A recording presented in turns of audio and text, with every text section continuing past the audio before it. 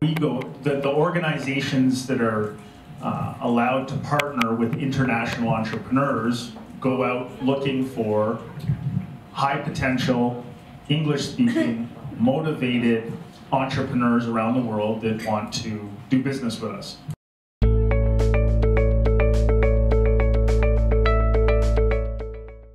Good afternoon again, David. Welcome to Ho Chi Minh. Thank you very much. Thanks for having me. It's my pleasure to introduce David today. David is based at the Hong Kong office and is our specialist for SUV.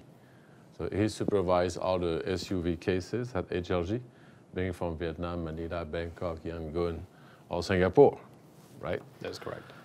David, I'm sorry, I will start with a very large question. What is SUV?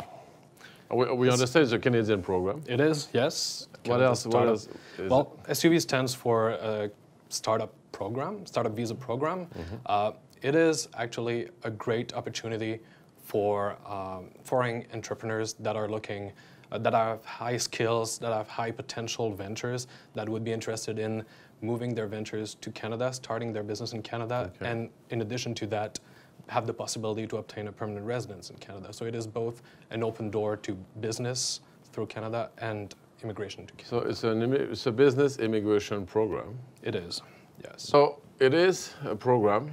It's a startup visa. It is. Company people will go there to start up a new business venture. Exactly. Yes. What will be a good project? What Canadian government are looking at for SUV candidate?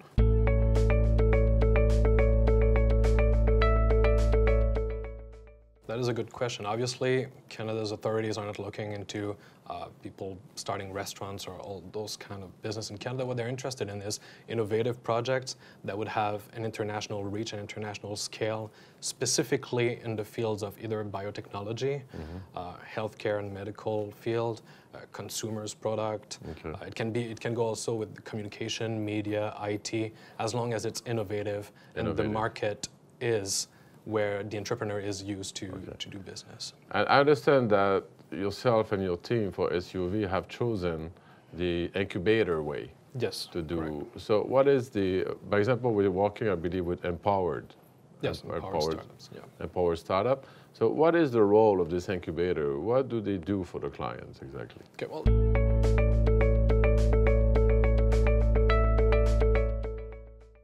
more generally, incubators are there to support technically and to help the growth of the business. So from the beginning, they'll be put in touch with the entrepreneurs that have a business idea, so a venture in mind.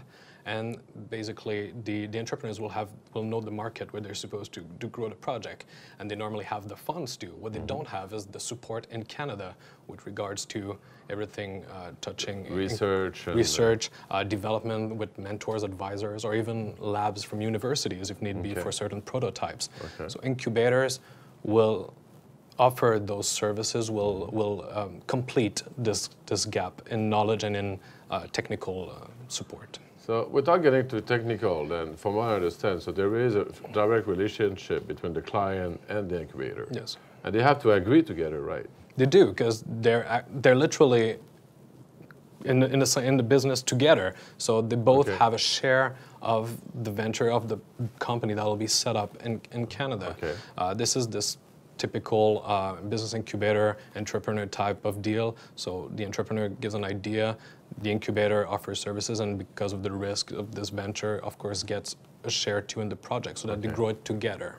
They grow it together, so it really is a joint venture. It is, yeah, and at the same time, the business incubators will issue their letter of support for the entrepreneurs. So you said it's not for the traditional business like restaurant or franchise or clothing store and things like that. It's really for a new product. It is. It needs to be innovative, and it means, first of all, that either the idea is completely new or that it is not available in the market already where it will be marketed. Or you make something better, if I understand. Or it improves it, yeah, definitely. Improve something already existing and just make it That better. is a possibility as well, yes. Very good.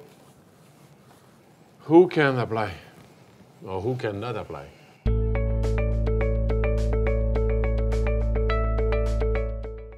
Well, definitely, in comparison to a lot of other immigration programs, this program is not made for people who would simply put down money and wait for it to happen.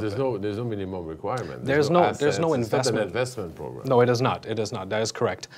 This is a true entrepreneurial program. So the applicant needs, first of all, to have a business idea that is innovative, once again, as we just mentioned, and the applicant needs to be interested in growing it, being active in the development of the business. So no pure investment, nobody that would simply, it's not this typical, pure investment immigration type. Immigration. And I understood also that there's language requirement, very strict language requirement. Yeah, there are not a lot of requirements for this program as per the law, but there is a language requirement where it is required that each applicant, each entrepreneur reach at least a level CLB 5 in English or in French. Or in French, so both national language. Both would be official accepted, language, yes. of Canada. That's correct. That's very good. Has the program been popular in Vietnam so far?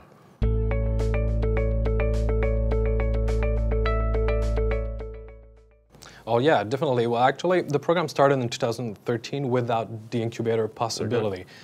In 2015, they added the business incubators as an option, as a recognized organization.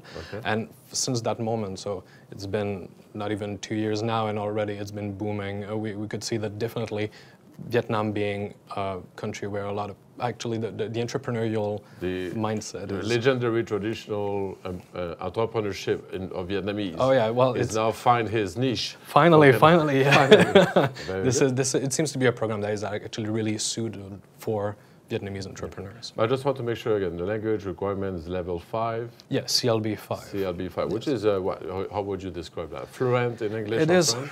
It is a pretty good understanding. Obviously, it doesn't need to be perfect, perfectly spoken, but it needs to be a minimum conversational, so it needs to be able to... So do I have level 5? Oh yeah, you definitely do. Oh, okay, so that can apply for SUV. Thank you again. You're very welcome. Thank you for the time. Thank you.